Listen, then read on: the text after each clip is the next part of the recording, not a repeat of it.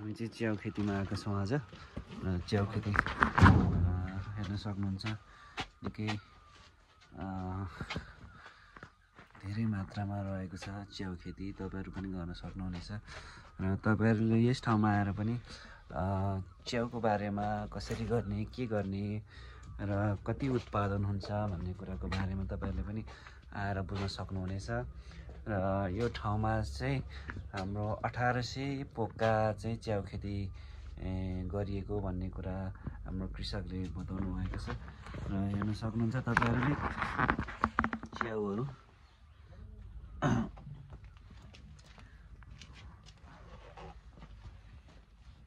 यो चाहिँ हिजो भर्खर टिपेको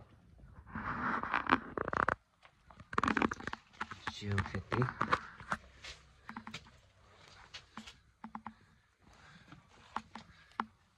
हेर्न सक्नुहुन्छ च्याउहरु दमादम उम्रिन सुरु भइसकेको छ। यो चाहिँ अब भोलिको दिनको लागि रेडी हुने अवस्था भइसकेको छ। निकै नै रहेको छ। यहाँ पछाडि हेर्न सक्नुहुन्छ तपाईले, हेर्न सक्नुहुन्छ कति मात्रामा छ भन्ने कुरा। च्याउ खेती नेपालमै केही गर्छु भन्नेहरुको लागि चाहिँ यो एउटा नमुनाको रूपमा पनि रहेको छ। यो च्याउ खेती पनि एकदमै राम्रो, नेपालको लागि चाहिँ एकदमै राम्रो एउटा भविष्य बोकेको खेती हो र तपाईहरुले पनि कतै यस्ता तालिमहरु पाउनु भएको खण्डमा चाहिँ तपाईहरुले पनि यस्ता कुराहरुको बारेमा जानकारी लिएर च्याउ खेती गर्न सक्नु पनि हुन्छ।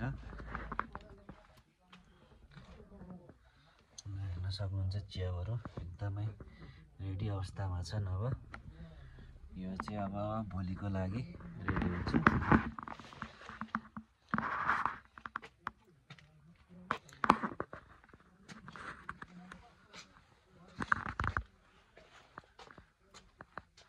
च्याउको लागि चाहिँ अलिकति अँध्यारो वातावरण चाहिने भएको कारणले गर्दाखेरि र टेम्परेचर पनि अलिकति 20 भन्दा माथि हुनुपर्छ भन्ने हिसाबले गर्दाखेरि यो चाहिँ तराईमा पनि मधेसमा पनि हामीले सजिलै गर्न सकिने, तर तराईमा चाहिँ अलिकति गर्मीको मात्रा पनि बेसी हुने तर राम्रो पनि हुनु चाहिँ हुने, तर पहाडमा जस्तो अलिकति स्वादिलो नहुने भन्ने कुराको बारेमा चाहिँ केही यहाँ कृषकहरूले पनि बताउनु भएको छ। एकदमै राम्रो हेर्न सक्नुहुन्छ।